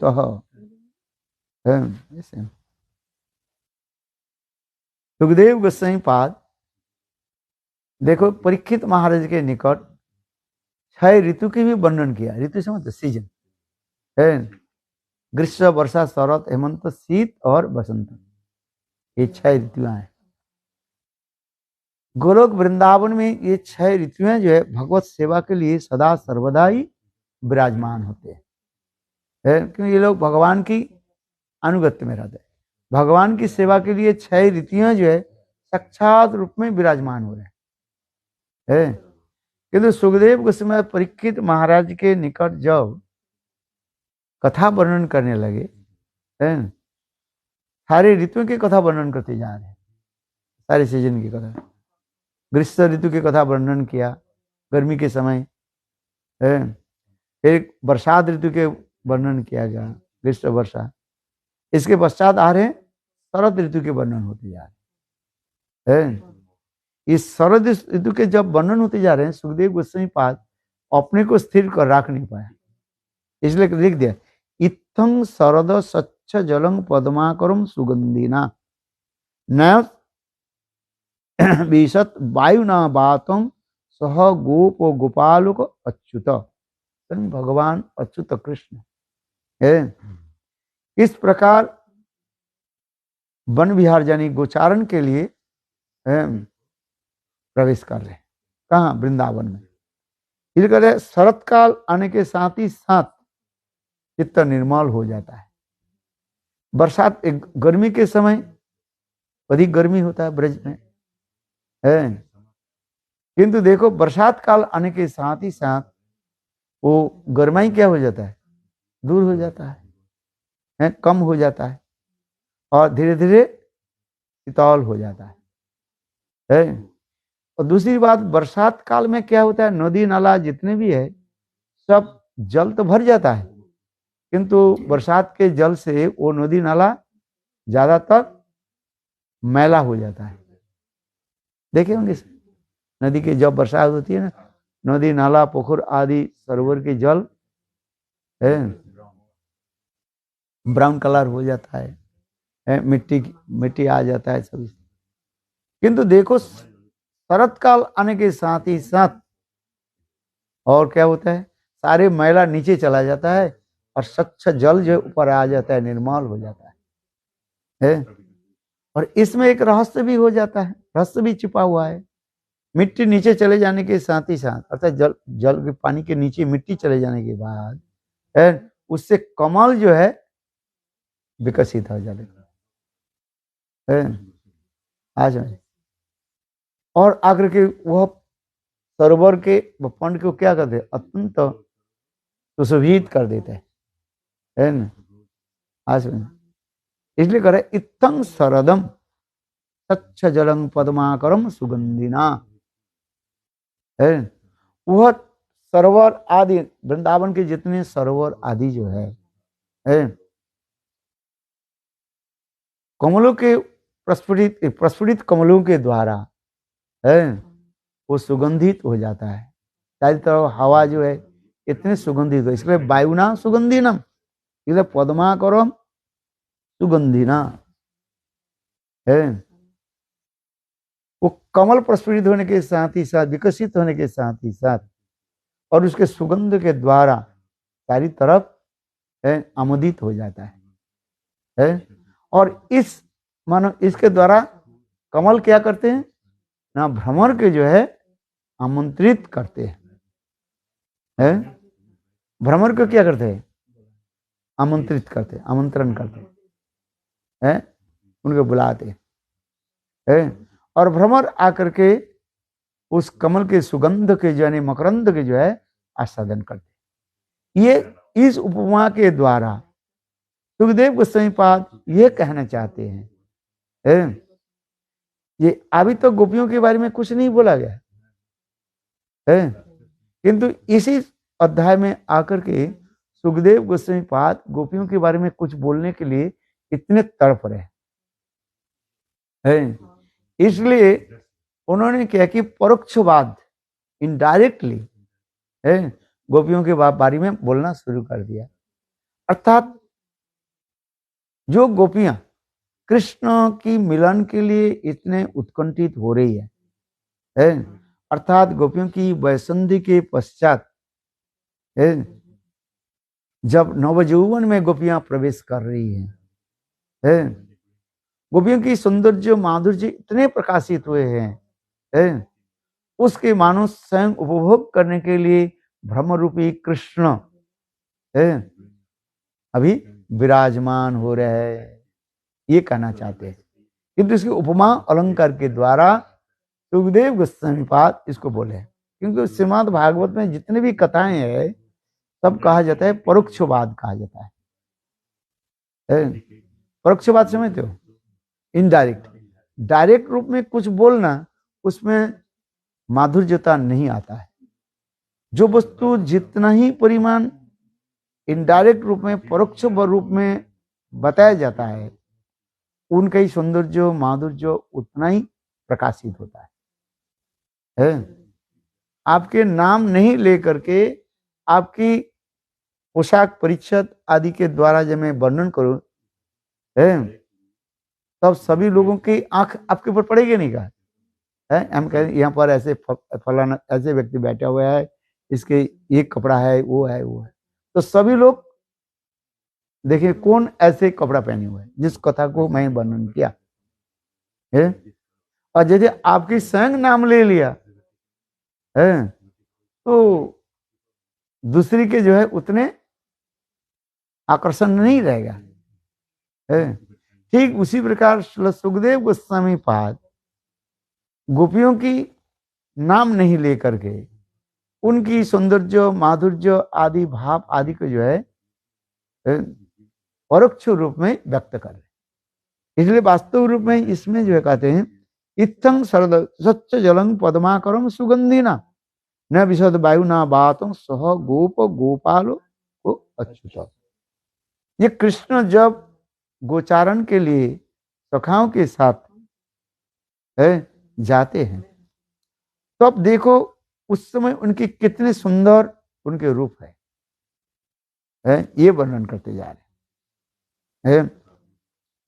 दूसरी एक होता है एक ये तो हो गया सिद्धों के लिए हो रहा है। साधक के लिए क्या होगा, साधक क्या समझेंगे है? साधक के लिए एक होता है ये देखो बद्ध जीव के हृदय काम क्रोध आदि के द्वारा भरा रहता है भरा रहता है, किंतु भक्ति अनुशीलन करने के साथ ही साथ है ये काम क्रोध आदि धीरे धीरे कम हो जाता है।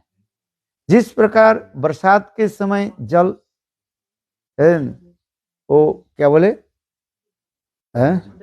डाटी हो जाता है, मैला हो जाता है किंतु शरतकाल आने के साथ ही साथ जल की ऊपरी भाग स्वच्छ निर्मल हो जाता है।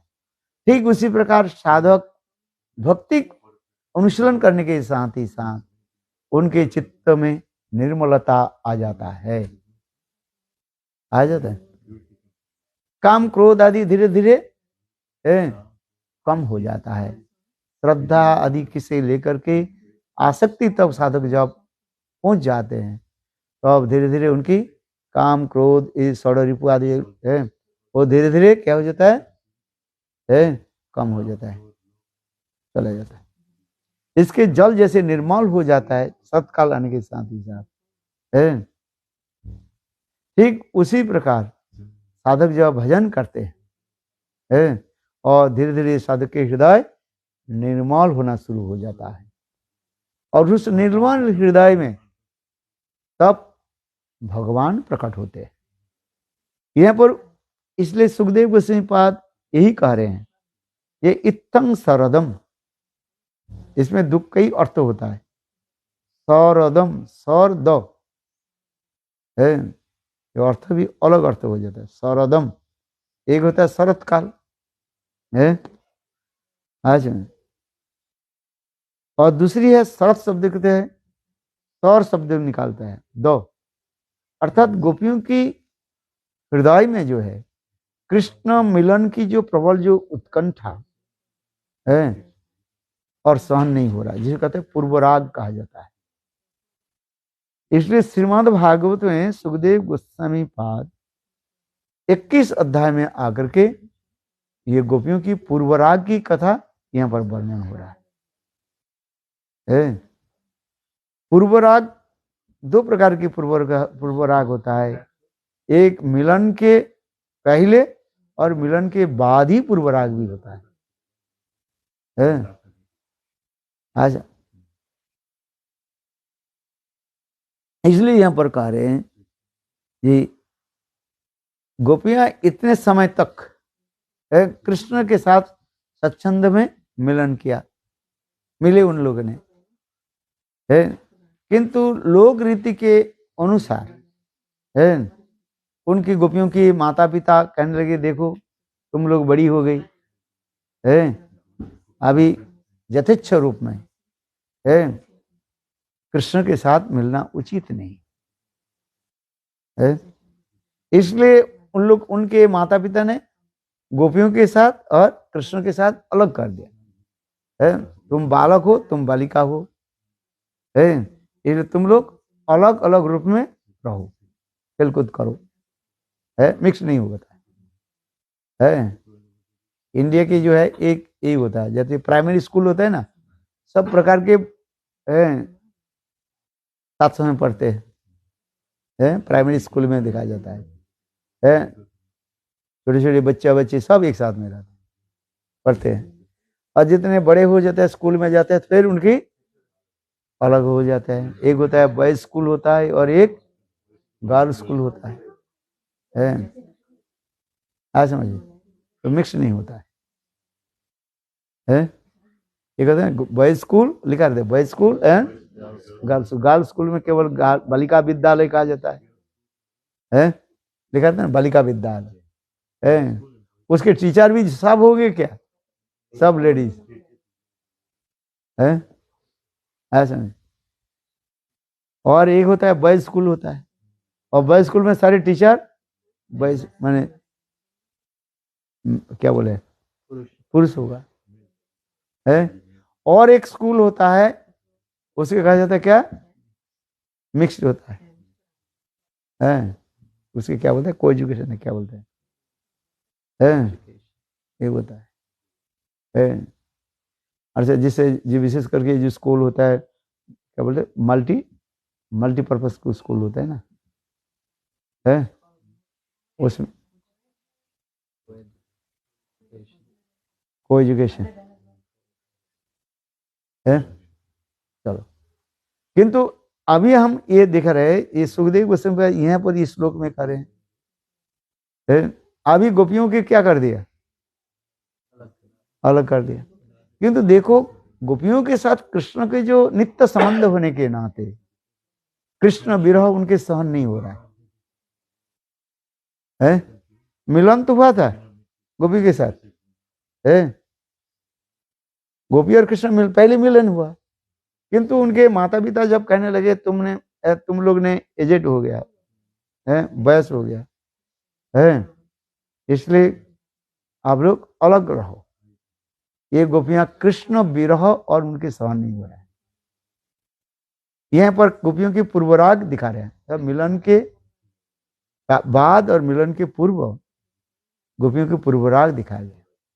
साधारण नाट्य शास्त्र में नायक नायक के मिलन के पहले जो एक दूसरे के प्रति जो आकृष्ट होता है, मिलने की जो उत्कंठा होता है, इसको कहा जाता है पूर्वराग कहा जाता है।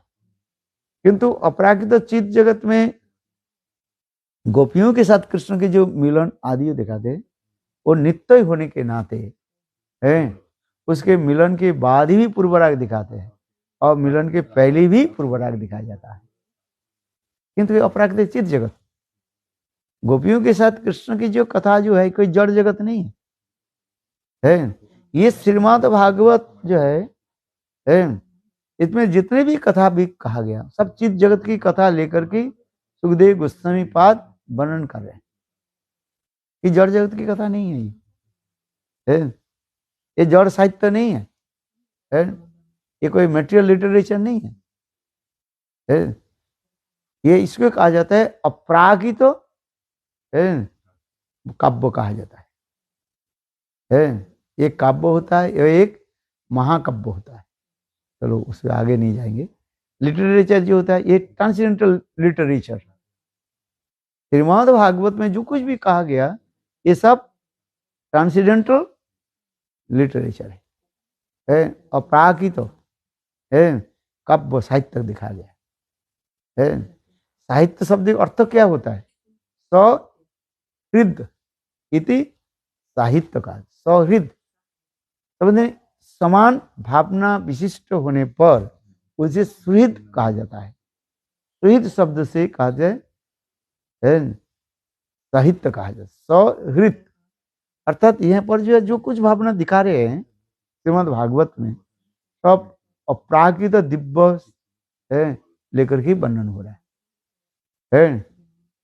आज इसलिए कहते हैं अपराकृत काव्य साहित्य कहा जाता है। ये अपराकृत काव्य साहित्य में किस प्रकार जड़ीय भावना इसमें नहीं है, किंतु तथापि इस कथा को पढ़ने से ऐसे लगता है कोई जड़ीय वस्तु आ रहे हैं, कोई मटेरियल कंसेप्शन आ रही, किंतु इसमें there are no any material conception, अपराकृत वस्तु कहा जाता है। इसलिए सुखदेव गोस्वामी पाद श्रीमद् भागवत में अपराजित दिव्य काव्य साहित्य के जो प्रकाश किया है। इसलिए कहते हैं पहली श्लोक में ये दिखा रहे हैं ये गोपियां किस प्रकार कृष्ण मिलन के लिए उत्कंठित हो रहा है। आसन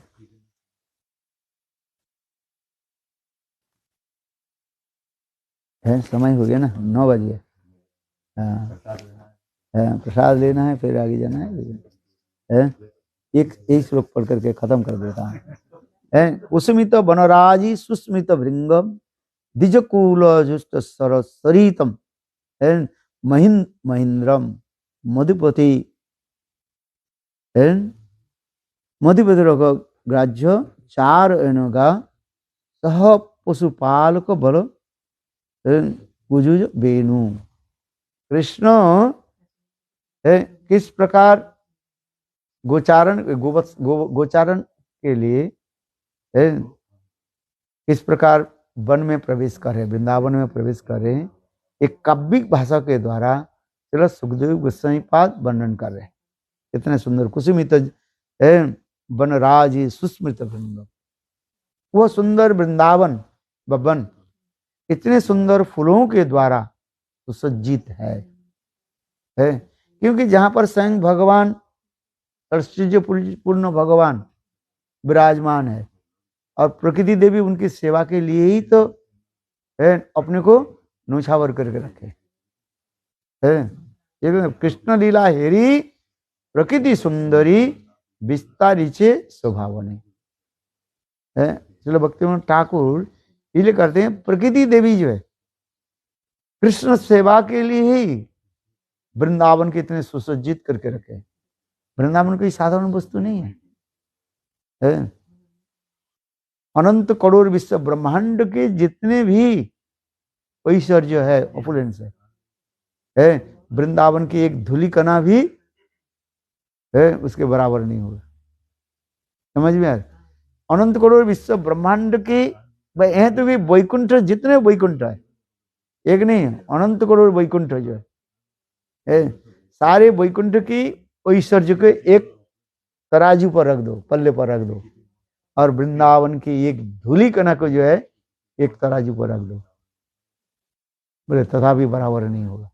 बोले वृंदावन की धूलि कणा में इतने ऐश्वर्य जो है विराजमान है, आप कल्पना नहीं कर सकते। ये वृंदावन की धूल में इतने ऐश्वर्य है जो हम कल्पना नहीं कर सकते। आप बताओ वृंदावन क्या वस्तु है? दिव्य चिन्मय भूमि, इसलिए कहते दिव्य वृंदावन कल्पद्रुमाद रत्नागर सिंहासन, दिव्य वृंदावन धाम है जिनकी रजकना के द्वारा ब्रजवासी के घर बना हुआ है। वो क्या भूमि चिंतामणि प्रकृत सद्मसु कल्प वृक्ष लक्षाभित सुरभिरुभिर पालयंतम लक्ष्मी शत सहस्र संभ्रम शिवमानु गोविंदम आदि पुरुषम तमहं भजामि। बोले ब्रजगोपियों की ब्रजवासियों की जो गृह जो है, घर जो है उस घर के जो मिट्टी के जो एक एक रज है और वो एक एक रज में धूल कणा में इतने वैकुंठ इतने ऐश्वर्य विराजमान है, और सारे वैकुंठ की ऐश्वर्य उसमें समा जाते हैं। तो कितने वो ऐश्वर्य, किंतु वो ऐश्वर्य श्रीमंडित माधुर की तरह मंडित है, साधारण जैसे दिखाई पड़ता रहता है, किंतु उसके वैकुंठ उनके ऐश्वर्य कौन वर्णन कर सकता।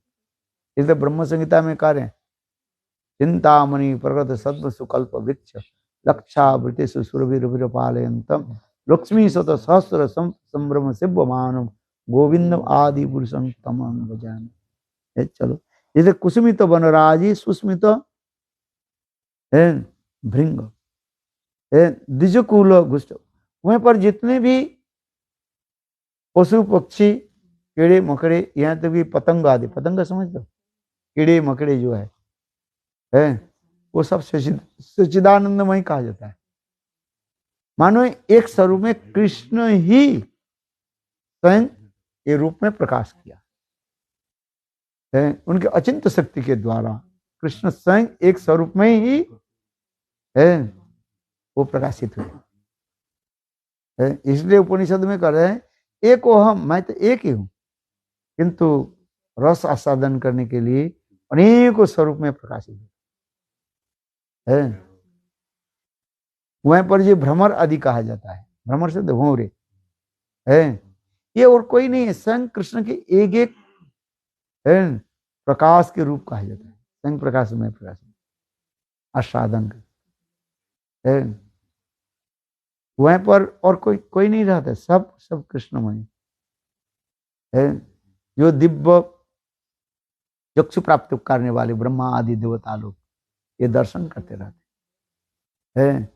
नारद आदि बड़े बड़े भक्त लोग उसी वृंदावन में क्या करते हैं, कोई पक्षी के रूप में, कोई वृक्ष के रूप में, अलग अलग रूप में गोविंद दर्शन के लिए और वो सुंदर जो माधव दर्शन के रूप में प्रकट हो जाते हैं। आगे जाकर बनेंगे प्रायु बताम्ब विहोगा बने उसमें वृंदावन उसमें, वृंदावन में पक्षी और कोई नहीं है। ये बड़े बड़े ऋषि मुनि आदि पक्षी रूप धारण करके वृंदावन में विराजमान रहते गोविंद दर्शन के लिए। गोविंद के इतने सुंदर रूप जो है वो रूप दर्शन करने के लिए है। गोविंद के सुंदर जो लीला माधुर्य दर्शन करने के लिए, गोविंद के वेणुध्वनि सुनने के लिए है। ये समस्त संत महात्मा जो है नारद आदि है, ये नारद ऋषि आदि सब वहां पर विराजमान होते, वृक्ष आदि के रूप में भी रहते हैं। इसलिए कहते हैं वृंदावन के वृक्ष को मरम न जाने कोई, डाल डाल पात पात में राधे राधे है। ये कोई और नहीं है, सब और वहीं कोई साधक नहीं है, सब सिद्ध महात्मा है और केवल गोविंद के ऐसे सुंदर रूप दर्शन करने के लिए है वहां पर विराजमान हो जाते हैं। इसलिए कहते हैं कुसुमित वनराजी सुस्मित भृंग द्विजकुल गुष्ट सरिंद्र महिंद्र मधुपुरी मधुपति रवगाद चार गा। और कृष्ण देखो साधारण गोप बालक के भांति के साथ कैसे गोचारण के लिए जा रहे हैं। और वृंदावन में वो समस्त वृक्ष आदि है किस प्रकार गोविंद के अभिवादन करते हैं। अभिवादन से क्या बोलते हैं, वेलकम करते रहते, स्वागत करते रहते, अपने आप फूलों जो है झड़ जाते हैं। हम सोचते हैं कि ये फूल आप गए थे ना, ये फूल अपने आप बोले गोविंद आने के साथ ही साथ वह फूलों जो है पंखुड़ियां आदि जो है अपने आप वृंदावन चारों तरफ है वो गिर जाता है। क्यों, कहीं गोविंद के चरण में तनिक भी खरोच ना आ जाए, ये कष्ट ना। देखो कितने सुंदर भावना, ममता युक्त सेवा। वहीं पर सभी को क्या है, ममता रहता है क्योंकि सेवा हमारे दो प्रकार की होता है। एक सेवा कैसे होता है, एक ममता और संबंध ज्ञान, तब सेवा होता है। जब तक हमारे हृदय में ममता नहीं जगे और संबंध ज्ञान नहीं हो तब तक हम वास्तव रूप में सेवा नहीं कर रहे हैं। अच्छा, ममता अतिशांकितम चित्तम अनन्य ममता विष्णु ममता प्रेम संगता। प्रेम की जो परिभाषा है अनन्य ममता होता है, न और किसी में ममता नहीं लगते। वृंदावन में जितने भी कहे पशु पक्षी स्त्री पुरुष जो भी देखते हैं सब लोगों की ममता किसमें, एक केंद्रित, one pointed with Krishna. Govind छोड़कर कुछ नहीं है। गोविंद के प्रति इतनी ममता रहता है आसन सेवा में इसमें रहता है। इसलिए कहते हैं अनन्य ममता विष्णु ममता प्रेम संगता। और उनके चित्त इतने ममा के द्वारा अतिशांकित रहते हैं, माने संपूर्ण रूपे है उसमें रहता है। जिस प्रकार कहा जाता है जैसे एक वस्त्र के यदि पानी में भिगो दिया जाए, है समझ में आ रहा है? जिस प्रकार वो जल का नाम है, वो भिगे हुए वस्त्र में हर कण कण में वो समा जाते हैं। ठीक उसी प्रकार ब्रज में जितने जो कुछ भी देखो कृष्ण के प्रति इतने ममता कण कण में वो विराजमान और गोविंद की सेवा के लिए है। वो वृक्ष के रूप में हो, पुष्प के रूप में हो, फल के रूप में हो, लता के रूप में हो, है गोविंद सेवा में रहते और कुछ नहीं।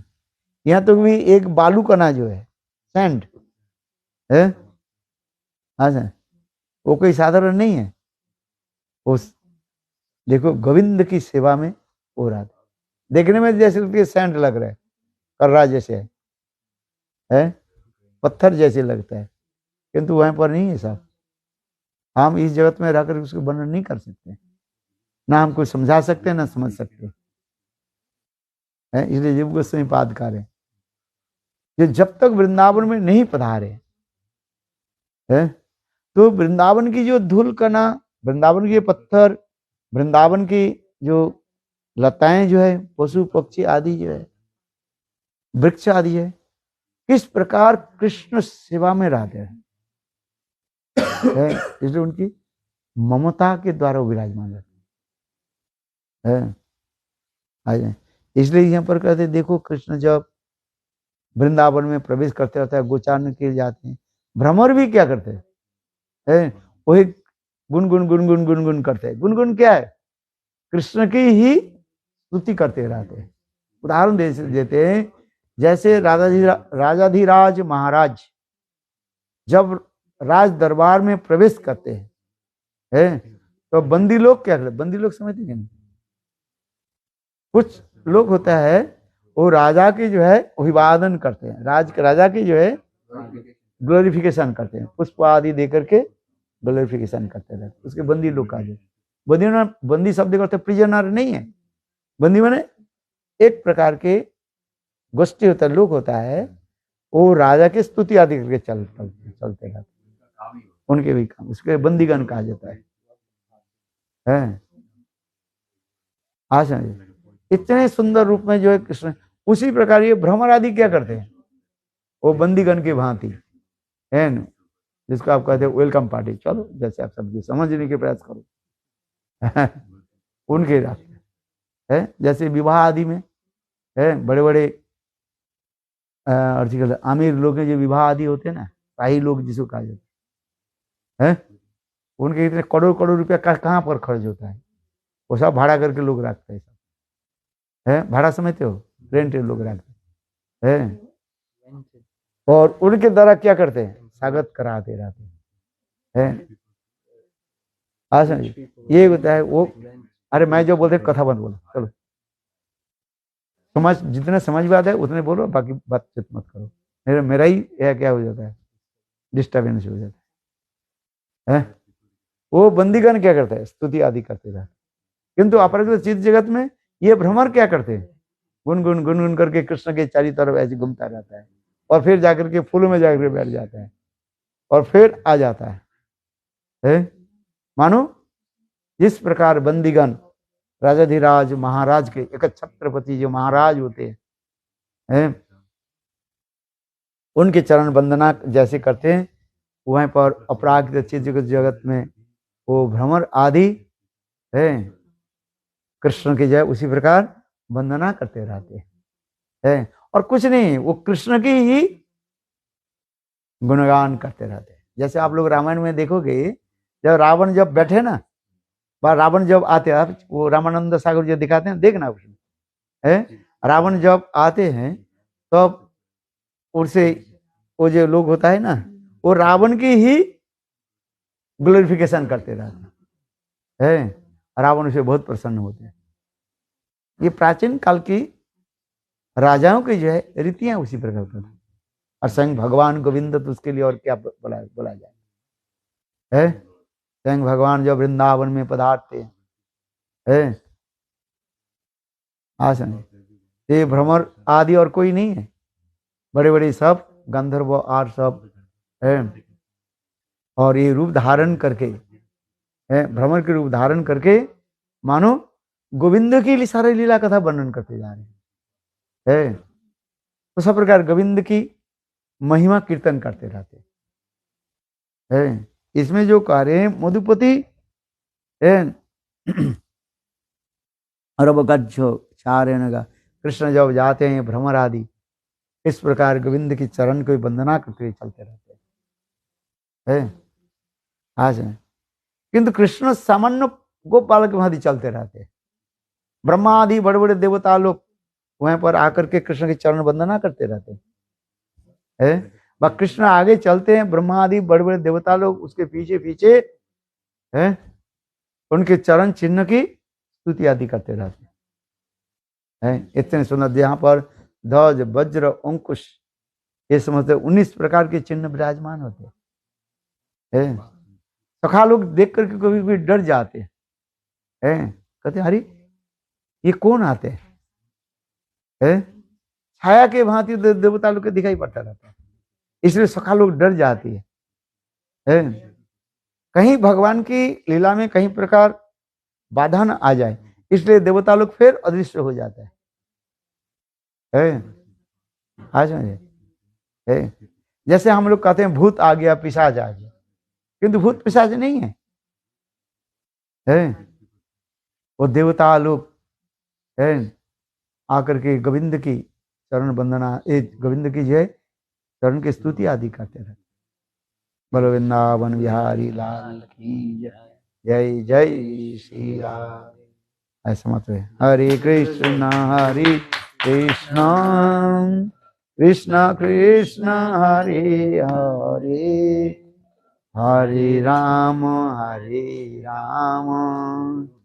राम राम हरे हरे।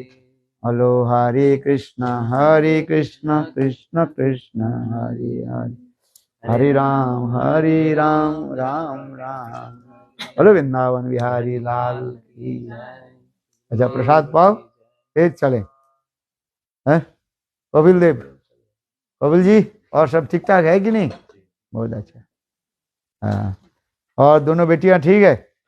आपके कितने बेटियां? वाह, आपके एक कोई एक लक्ष्मी मिलता है, आपको कितने लक्ष्मी मिली? 2 लक्ष्मी है। आप बताओ है?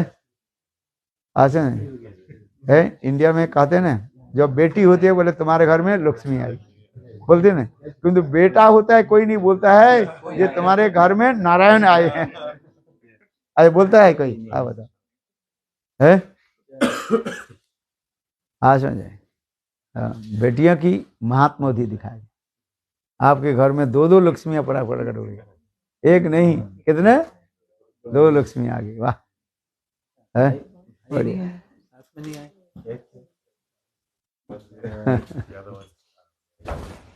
चलो अच्छा है, आप लोग भजन करो है। कपिल देव अच्छा है कि नहीं है? हाँ, ये लोग जब छोटे, इनको देखने से मेरा वो बुद्धि बना था जब छोटे छोटे थे। ये यार वो मैना है, उसी घर में जाओ, वो लेक के पास जो घर था है, मैं हर रोज ऐसे मॉर्निंग वॉक जाते। ये दोनों जो है छोटे छोटे था ना, मेरे साथ में चलते। 5-6 साल का 98 के बाद है ना, 8 years old. 99 हो गए। Now you are 30.